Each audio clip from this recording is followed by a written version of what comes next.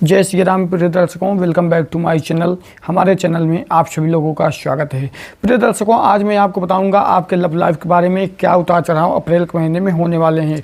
12 अप्रैल से लेकर के 30 अप्रैल के बीच में कुछ ऐसे आपके जीवन में होने वाले हैं जो कि आप सोच भी नहीं सकते। जी हाँ मित्रों, इसी प्रकार चाहे आप लव लाइफ वाले हों या आप अध्यात्म से जुड़ा बात जानना चाहते हों, चाहे आप जो है यहाँ पर पति पत्नी हो, चाहे यहाँ पर अकेले हो, विवाह के लिए विचार करना चाहते हैं, तो यहाँ पर क्या होगा आपके जीवन में 2025 के अंतर्गत जो या 12 अप्रैल से 30 अप्रैल के मध्य में सब कुछ मैं एक्सप्लेन करूँगा स्टेप बाय स्टेप। आप वीडियो को पूरा वॉच करिएगा। ध्यान रहे, जो अधूरी ज्ञान होती है विष के समान होती है। इसी प्रकार मैं आपको सब कुछ बताऊँगा, वो भी विस्तार से, ठीक है।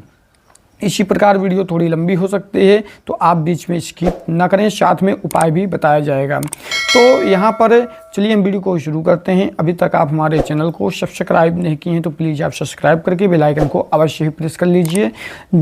तो मित्रों, यहाँ पर मैं आपको बता दूँ, जो यहाँ पर प्रेम संबंध, विवाह इत्यादि के बारे में जानना चाहते हैं वो पूरा वीडियो को अवश्य ही देखिएगा, आपका ही फायदा है।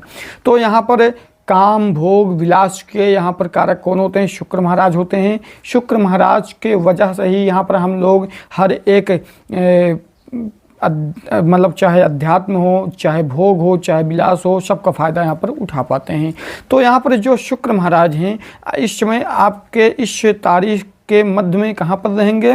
यहाँ पर रहेंगे आपके 12वें स्थान में। जो मेष राशि के जातक है, ध्यान रहे, ये जो राशिफल है चंद्र लग्न से आधारित पर है। तो इसी प्रकार यहाँ पर जो मेष राशि के 12वें भाव में शुक्र महाराज बैठे हुए हैं, ठीक है। अब यहाँ पर 12वां भाव में बैठे तो हैं, लेकिन इनकी दृष्टियों में भी मैं बताऊंगा। लेकिन यहाँ पर जब बैठे हैं, एक किसकी राशि? ये है मीन की। 12वां राशि किसकी है? मीन की है। तो 12 भाव भी है, 12वां राशि भी है। तो यहाँ पर बात यह है कि 12वां राशि के स्वामी कौन है? यहाँ पर 12वें राशि के स्वामी देवगुरु बृहस्पति हैं। तो यहाँ पर बात यह है कि आप सबसे पहले आपको समझना पड़ेगा इनके मित्र हैं कि शत्रु हैं। तो यहाँ पर इनके न मित्र हैं न शत्रु हैं, सम हैं। इसी प्रकार आपको जैसे हैं वैसे ही यहाँ पर फलीभूत करेंगे, मतलब कि न ज़्यादा आपको नुकसान पहुँचाएंगे, न ज़्यादा आपको लाभ ही पहुँचाएंगे। अब यह भाव में आपको क्या क्या मिलेगा, लाभ क्या क्या मिलेगा, हाँ, इसके विषय में आपको बता दूं पहले विस्तार से।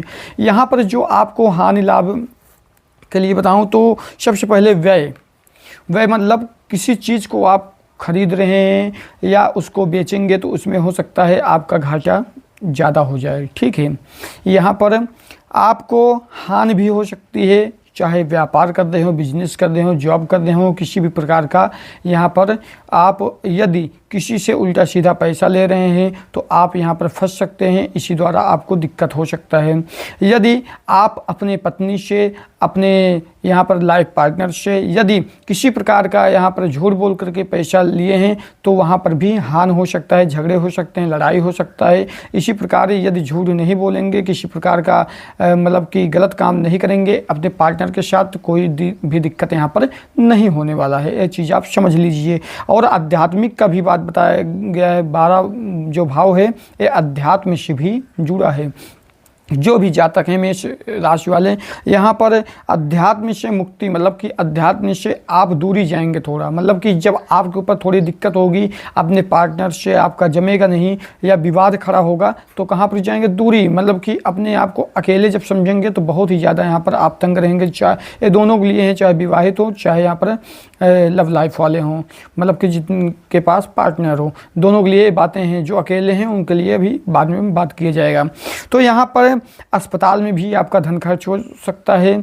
और इसी प्रकार विदेशी यात्राओं में आपको कोई ऐसा व्यक्ति मिल सकता है जो अकेले आदमी हो, या कहीं आप नौकरी करने के लिए या कहीं बाहर जा रहे हैं तो ऐसे व्यक्ति से मुलाकात हो सकती है जिससे आपका काम बन सकता है। यहाँ पर जो आपका लाइफ है आगे चल सकता है। इसी प्रकार जो यहाँ पर आपका अध्यात्म है, वह है, हानि है, ठीक है। यहाँ पर इन सब पे आपको ध्यान दे करके अपने पैसे को सुरक्षित रखना चाहिए, बेफजूल खर्चे नहीं करने चाहिए, खर्चों से बचना चाहिए। और इसी प्रकार आपका शुक्र आपको मिनिमम मतलब कि बहुत ही ज़्यादा आपको ना दुख पहुंचाएंगे, ना बहुत ज़्यादा सुख। आपको नॉर्मली जैसे जीवन आपका नॉर्मल चलता रहेगा और किसी प्रकार की आपको दिक्कत नहीं होने वाली है यदि इन सब कामों से बचते हैं तो चलिए अब इनकी दृष्टि के बात किए जाए तो यहाँ पर शुक्र महाराज कहाँ पर हैं? 12वें भाव में हैं। 12वें भाव में होने के बाद यहाँ पर इनकी दृष्टि कहाँ पर पड़ रही है? इनकी दृष्टि पड़ रही है यहाँ पर आप के कन्या राशि पे, जो कि यहाँ से मतलब कि 7वीं दृष्टि पड़ रही है। तो कन्या राशि पे पड़ रही है जो कि नंबर है 6। कन्या राशि 6 नंबर है। यहाँ पर 6ठे नंबर पे आपकी 7वीं दृष्टि यहाँ पर शुक्र महाराज का पड़ रहा है। अब यहाँ पर 7वीं दृष्टि पड़ तो रहा है, लेकिन 7वीं स्थान किसका है? 7वां स्थान जो है यहाँ पर मैं आपको बता दूँ, 7वां स्थान अगर बात किया जाए तो आपके सेवक, नौकरी और दैनिक कार्य और इसी प्रकार आपका ऋण और इसी प्रकार रोग इत्यादि का है।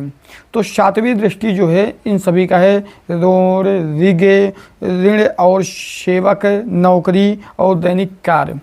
अब यहाँ पर 7वीं दृष्टि जो 6 नंबर पर पड़ रही है, 6 नंबर यहाँ पर कन्या राशि है। कन्या राशि के स्वामी कौन है? कन्या राशि के स्वामी है बुध। अब बुध महाराज यहाँ पर बैठे हुए हैं, तो शुक्र अपनी जब दृष्टि वहाँ पर डाल रहे हैं तो यहाँ पर समझने वाली बात यह है कि इनके मित्र हैं कि शत्रु हैं। यदि यहाँ पर जो बुध महाराज हैं इनके मित्र हैं, किसी भी प्रकार का यहाँ पर अनहित नहीं पहुँचाएंगे, इनका कोई मतलब कि अनभला नहीं हो पाएगा, क्योंकि यहाँ पर मित्र स्वरूप यहाँ पर बुध जो हैं यहाँ पर बैठे हुए हैं। इसी प्रकार आपको कोई भी दिक्कत नहीं होगा। आप भोग विलास, काम, क्रिया, वासना कुछ भी कर रहे हैं तो यहाँ पर आपका बढ़ाएंगे। जैसे कि यहाँ पर मैं बता दूं, यदि आप रोग से अभी तक घिरे हुए थे, रोग से मुक्ति पा सकते हैं। ध्यान रहे जहाँ पर शुक्र महाराज होते हैं उनसे ज़्यादा महत्वपूर्णता होती है दृष्टियाँ, ठीक है। तो यहाँ पर आप ऋण में पड़े थे, बहुत ज़्यादा कर्जा था, तो इन तारीख के बीच में आपका कर्जा मुक्त हो सकता है। और यहाँ पर किसी सेवक से आपको यहाँ पर कुछ लाभ हो सकता है, किसी भी जातक मतलब किसी मित्र या रिश्तेदार से आपको लाभ हो सकता है। और बता दें नौकरी और दैनिक कार्य में, यहाँ पर नौकरी और दैनिक कार्य के लिए भी आपका बहुत ही अच्छा लाभ होने वाला है। दैनिक कार्य मतलब कि आपका अच्छा होगा, यदि आप रोजगार नहीं था रोजगार भी हो सकता है दैनिक। और यहाँ पर नौकरी अभी तक आप अप्लाई करने के लिए सोच रहे हैं, पाए नहीं, बिजनेस कर रहे हैं, कुछ भी कर रहे हैं, उनमें भी अच्छा होने वाला है। और जो यहाँ पर लव लाइफ के बारे में बात करें तो यहाँ पर बहुत ही अच्छा आपका बीतने वाला है। सुख भोग विलास आप करेंगे, कहीं घूमने जा सकते हैं और इसी प्रकार एक दूसरे का साथ भी इन दिनों में आप दे सकते हैं। तो बंधुओं यही है आपका जो मेष राशि वाले हैं राशिफल, जो कि यह चंद्र राशिफल पे आधारित था। तो यहाँ पर प्रिय दर्शकों, अभी तक आप हमारे चैनल को सब्सक्राइब नहीं किए हैं तो सब्सक्राइब कर लीजिए। आपके व्यक्तिगत कुंडली में अंतराल भी हो सकता है और इसी प्रकार अपने कुंडली का विश्लेषण करवाने हेतु आप हमसे संपर्क कर सकते हैं। और चलिए हम इस वीडियो में बस इतना ही। चलिए हम अगले वीडियो में फिर मिलते हैं, तब तक के लिए जय श्री राम, जय बालाजी।